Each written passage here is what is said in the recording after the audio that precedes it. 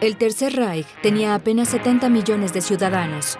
Himmler, el terrible líder de la SS, tenía dos misiones: exterminar a los judíos y poblar los futuros territorios en el este con nuevas familias arias.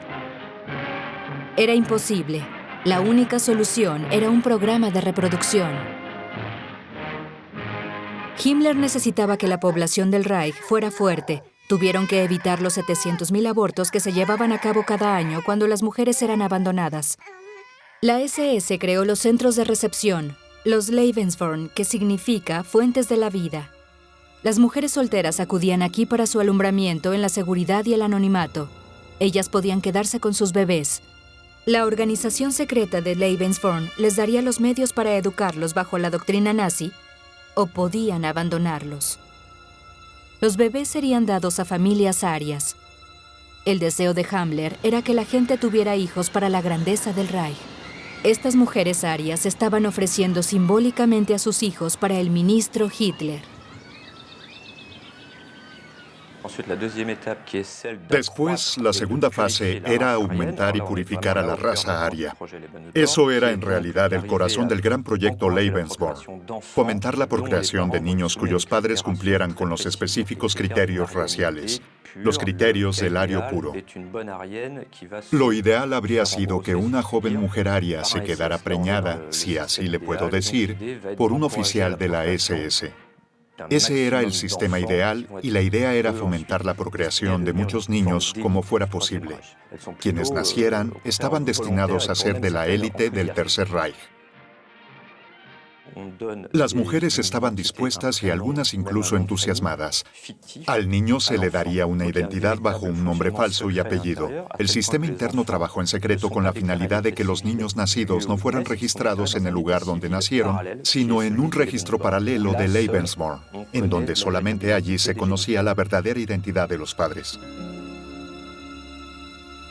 A los nazis les encantaban las características físicas. Abrieron más de 10 instalaciones de maternidad en Noruega. No tenían conocimiento de genética. La mayoría de los niños no eran de apariencia noruega.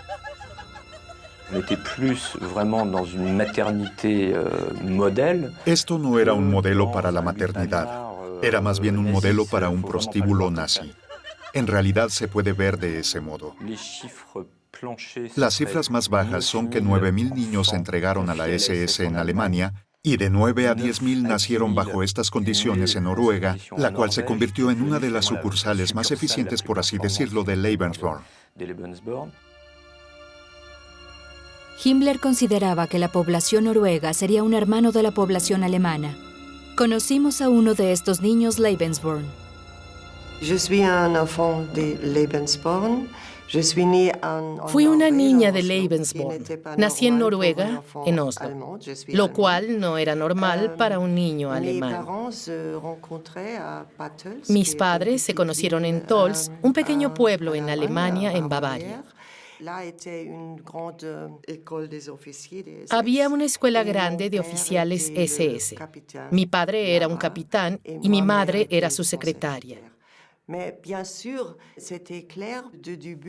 Claro que ella sabía desde el principio que él era casado, pero ella quería tener un hijo con él. Era normal cuando se pensaba que el ideal nazi era tener un hijo para Hitler.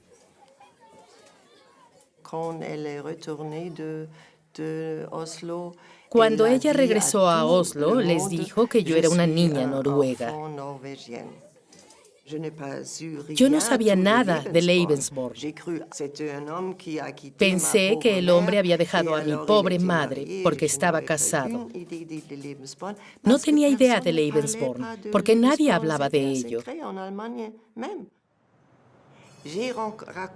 Yo era un secreto incluso en Alemania. Después conocí a mi padre con mi media hermana. Estaba en Frankfurt en la estación y vi a este hombre con los brazos abiertos que decía: «Tengo otra hermosa hija». Me besó y lloró enfrente de todos. No podía creer que ese hombre fuera un oficial de la SS. Aún ahora sigue siendo bastante difícil. No podía creerlo.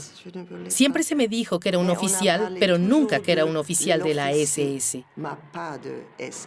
Le pregunté acerca de Lebensborn y me dijo que era un programa interesante, pero por supuesto completamente demente. Éramos muy idealistas y explotaron nuestro idealismo. Esa era la respuesta normal de esa generación. Ellos decían que no eran criminales, pero claro que sí, eran peor que los criminales.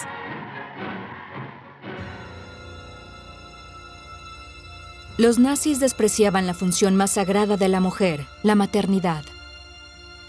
Francia no se libró de esta afrenta, ya que un Lebensborn se estableció en la Morlaix, en Oise.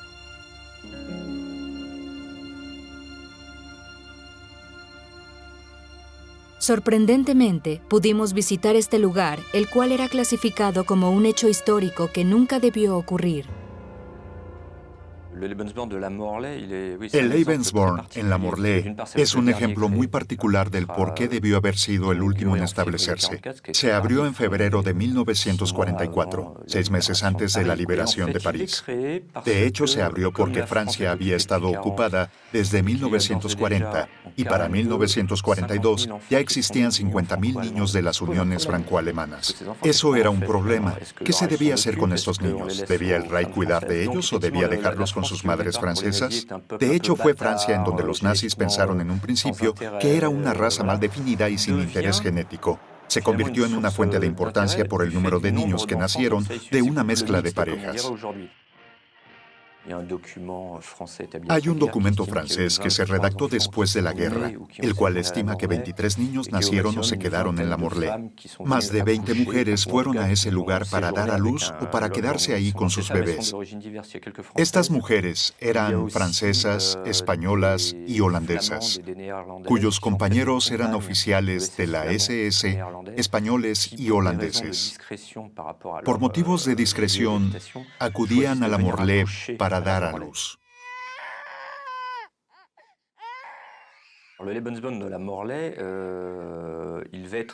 A Lebensborn lo evacuaron en agosto de 1944, 2 semanas antes de la liberación de París. Así que todo ocurrió muy rápido, y a los niños se los llevaron en autobuses hacia el este. En realidad, como las fuerzas aliadas avanzaron, se los llevaron de regreso a la casa original en Steinhoring, en Bavaria, en donde todo había comenzado en 1935 y en donde todo terminaría en cierta manera. Las mujeres ya no eran consideradas como personas. Estas mujeres enamoradas y cautivadas por Hitler ya no se consideraban como personas, sino como yeguas. Estos niños que estaban privados de afectos, de familia, de cultura, pero biológicamente saludables, no tenían oportunidad de desarrollar ninguna idea utópica causada por las tragedias y los asesinatos masivos.